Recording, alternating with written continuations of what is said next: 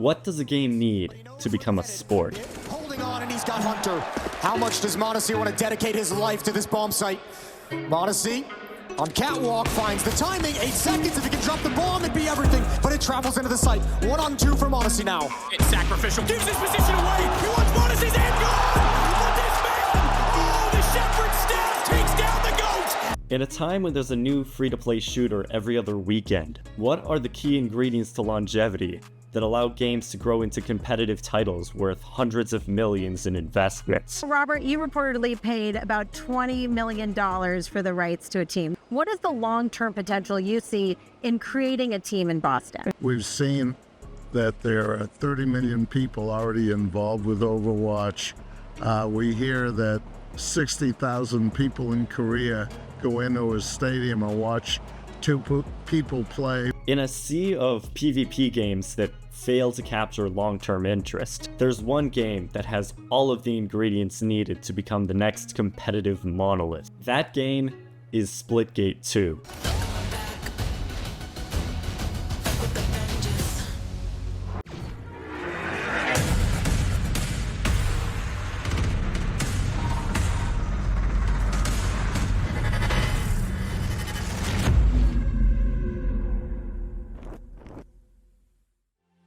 What's up, Lifted? I'm Warp Sonic, and today we're talking about my personal most anticipated game of 2025, Splitgate 2. But why are we at LIFT Esports so bullish on this game that hasn't even launched a beta yet? Let's break it down, starting with... You know you don't get extra points for style, right? Well, when I'm done, they're gonna have to change that rule. Muting chat. Holy moly, this game is flashy. Take the care to capture. Let's turn things around. Oh my God! 1047 hired sound designers who worked on Halo, Call of Duty, and even Doom Eternal, and it sounds so good. Okay! Oh! The whole style of the game is very unique because it's set in a hopeful future where you play as an elite athlete in the solar system's most popular sport. This game is built to feel like the people of this world are having just as much fun as you are. When the Eros faction reloads an assault rifle, they spin the frickin' mag. How cool is that? Would Steph Curry reload a weapon? Sure. Because this is the sport of the future, right? We're not fighting to save humanity. This is a positive, sporty future. Right. That's how we started. And, well, I think if Steph Curry were playing the sport of the future, shooting people, he'd probably flip the mag, right?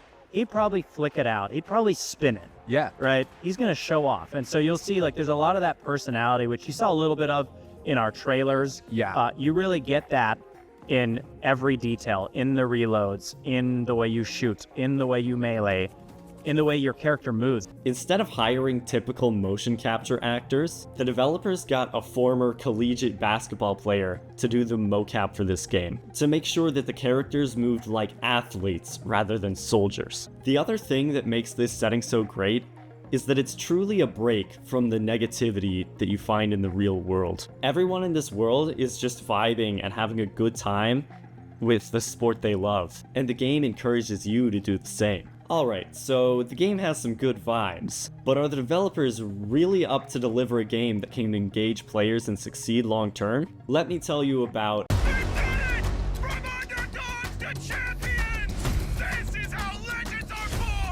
1047 Games have one of the most stacked staff lists you can imagine. They've sourced so much top-tier talent from so many different places, it's insane. Additionally, the CEO, who co-created the original Splitgate in his college dorm room, has talked about how they've built the game from the ground up in the brand new Unreal Engine 5 to be ultra flexible and be able to respond to feedback quickly. You know, we don't have a lot of red tape here. Yeah. We're really trying to build to be nimble, so that the community says something, we start to get feedback. Okay, let's pivot, let's move more in that direction, versus like having a plan that we kind of have to stick to for years. Yeah. So, and we actually do have a rough plan, but we also know, like, yeah, the plan is bogus. It's going to totally change the second we as things come out. develop. In fact, during the alpha playtest, they proved that they meant it when they introduced balance adjustments only 3 days into the playtest. It was a 5-day playtest, and they were already retuning the game according to feedback. I think this proves that these devs are more than capable of putting out updates quickly enough to keep players engaged. 1047 are also committed to prioritizing fun above all else, even monetization, which is a huge factor for ensuring that the game starts on the right foot and doesn't get stale later. Oh yeah, did I mention they bought out an anti-cheat company to maximize competitive integrity? But 1047 Games has more than just a stacked staff. Let's talk about... Do you worry about living up to the hype? I don't worry about anything. What's the point of putting your life on the line if you're not having a little fun? The story, brand new studio launches a viral shooter game that loses players quickly, has been a pretty common one the past few years, and 1047 are one of the first studios that started that trend. But they're also one of the first among them to release a second title based on what they learned from the first. And learn they sure did. They're extremely receptive to feedback, and have thought long and hard about what they missed in the first game. They've focused a lot on improving their live ops roadmap to ensure that there's always new content to enjoy. They've also stressed the importance of meaningful variety to keep players engaged. Creating a unique identity has been another key focus for 1047, as they've replaced Splitgate 1's open market assets with dedicated art and sound teams. In fact, it feels like every few times we hear the CEO speak, they've identified another minor mistake in their process for Splitgate 2, and they've already taken steps to fix it. Alright, so the game has a good foundation, but is it even worth grinding? Let's break down this game's... If you're not willing to sacrifice everything, then you don't want it bad enough.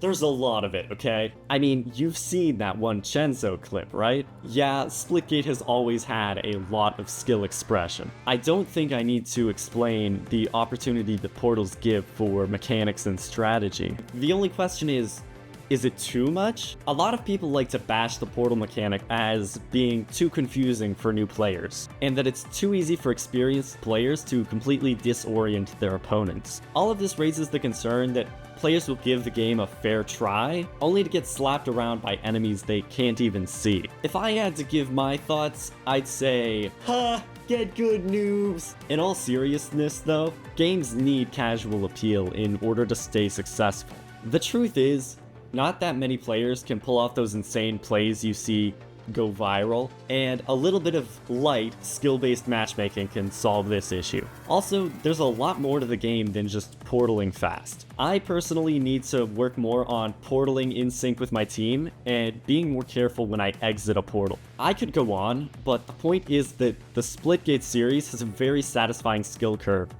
that lends itself very well to esports. With all this in mind, we at LIFT are super excited for the future of this game. What do you think? Will you play Splitgate 2 when it launches next year? Do you prefer playing games casually or competitively? Let us know down in the comments. Thanks for watching, and consider liking the video if you enjoyed. I'm Warp Sonic from LIFT Esports, and I wish you all a great day.